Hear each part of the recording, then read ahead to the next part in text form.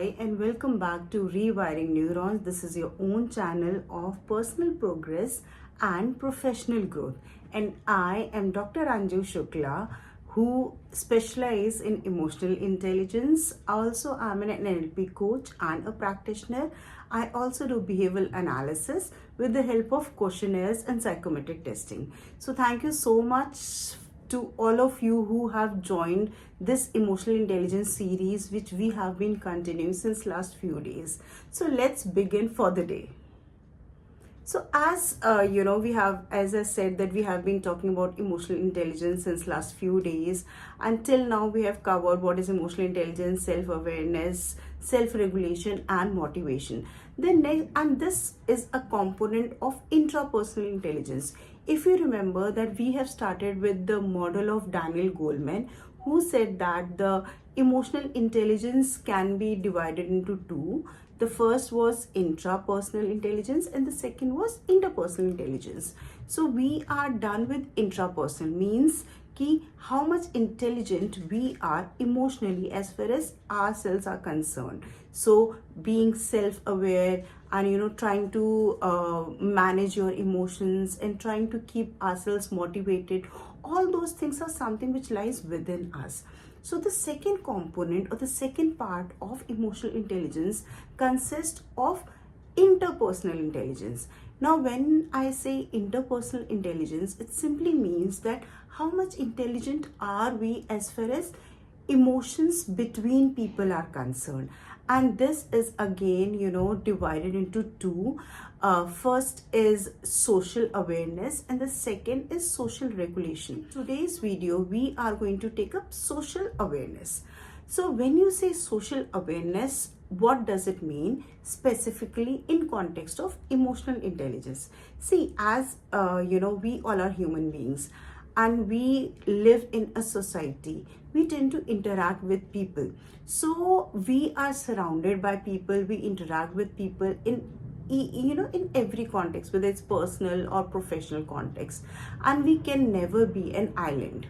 So when we interact with people, we need to try and ensure that our interaction is the best. We enjoy interacting with people, and whoever is interacting with us, they also enjoy this interaction. Now, to make this interaction effective, we need to interact at a level which is similar. What does this mean is that if I'm interacting with somebody, I need to understand what the person wants, as far as our communication is concerned, how the person reacts, what are the person's emotions, what are the things which may disturb the person, how is their communication mode, understanding, and everything. So if we tend to understand the other person in all these contexts, we can have always a very effective communication.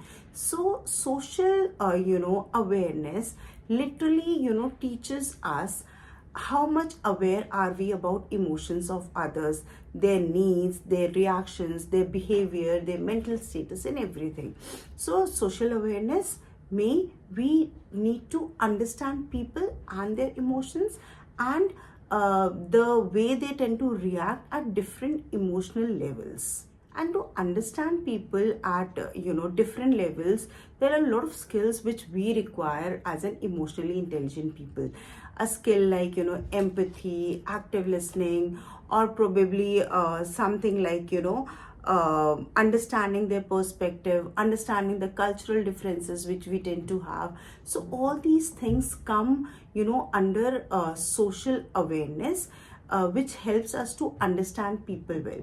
So now I believe we have got an understanding of why social awareness is important. Once we get the understanding why social awareness is important, we need to understand how can we develop social awareness. Now, you would have seen that there are few people, whom we love to go and talk and discuss our problems. Probably we may get some solutions. In fact, even if we don't get solutions, we just love to talk to them. Now, why this? Because they may be having few skills which all of us look forward to. A lot of us really want people to listen to us, to understand us, and again, give us a shoulder which is, comforting, which is understanding. If we are emotionally intelligent, we need to learn to be an active listener. And when I say being an active listener, it's not that you understand or you hear what is said. We need to understand and appreciate what is not said, because those things carry more value than whatever is being said. Because words, everybody listens, but what is not said and communicated, that is something which we need to understand as a good listener.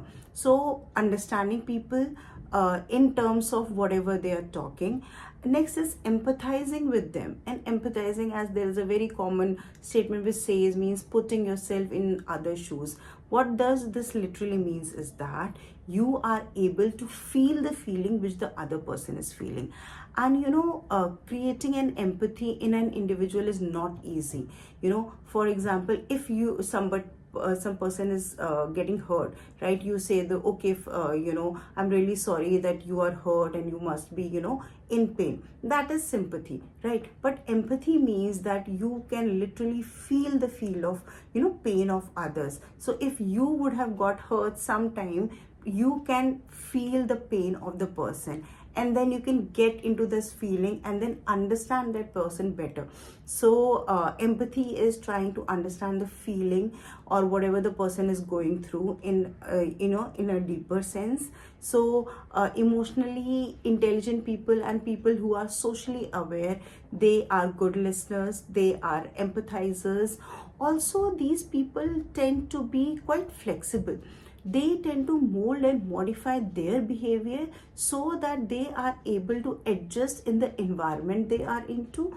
Also, they are able to adjust with the people who may be very different from others. So flexibility is one of the traits of the people who are socially more aware. So because again, it doesn't mean that you don't have a stand of your own. You can always have a stand of your own, but yes, as the situation demands, you can bend, mold, modify yourself so as to best suit the situation. Knowing that what are the few traits of emotionally or socially aware people display, we need to understand that how to develop social awareness.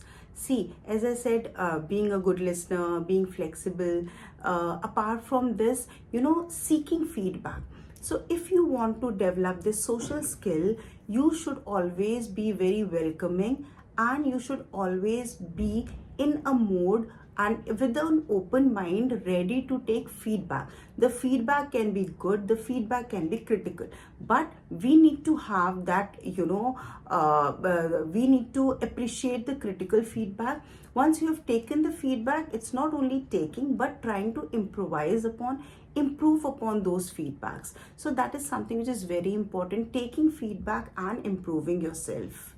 Also, engaging in reflective practices is also regarded as a very good tool for social awareness. Again, reflective practices means you go into some sessions, you try to discover yourself. If you had an incident in your office or in your personal life, you sit down with that. If you are not able to control your emotions on that particular time, you sit down with that and just try and analyze your behavior and others behavior, and then judge yourself that whether you were right in doing that or not. In fact, after some time, you can also try to mold and you can try to think that if you would have behaved in some other situation, would that have been better or not? So reflective practices is again a very good tool for social awareness. Apart from this, nowadays we have got a lot of workshops which literally trains you in becoming socially more aware. So attending those training sessions, seminars can literally help. If you try and pick up these small practices, you will definitely develop some level of social awareness. And social awareness is something, as I said, is very important. Now, if you are socially aware, or if you see somebody being socially aware, what are the traits or what are the characteristics with which we can recognize those people? So there are people around us who are very good listeners, right? So that is a very good trait, as I've been telling. of people who are socially aware. So there are people who listen. One is listener, good listener. Second is there are people who listen with non-judgment. So there are people who are very respectful, right, in a discussion. Even if you don't, agree to their point, but they are still very respectful, right? They will not raise their voice. They will not alter their tone. So they will be very respectful even if disagreement exists. Also, there are people who are very calm in very challenging situations. So you will see that calmness and coolness in their behavior even if they are under tremendous stress. So again, they know, how to be and how to manage their emotions in stressful situations. Also, they are very comforting people. If somebody else in distress is else if somebody else is in distress, they always listen to them very patiently. They don't, as I said, they don't judge people, and they are there to appreciate people for their good things, right, and encourage people in their low times. Also, people who are socially aware, they appreciate the diversity which exists in their environment. They appreciate the difference of opinion which exists. Also, they understand that different people can have different opinions, and they respect the difference of opinions. Also, they are very good with handling diversity. Also, people who are socially aware, they don't indulge in a lot of conflicts because they try to escape from conflict by managing it a better way, right? It's not that they avoid conflict, they will address it, but that very moment they try and manage conflict, right? And also, emotionally aware people or socially aware people are regarded as very good leaders because most of the traits of great leaders exist in them. So having said that, I believe we have an understanding of who are socially aware people, why social awareness is so important in personal and professional life.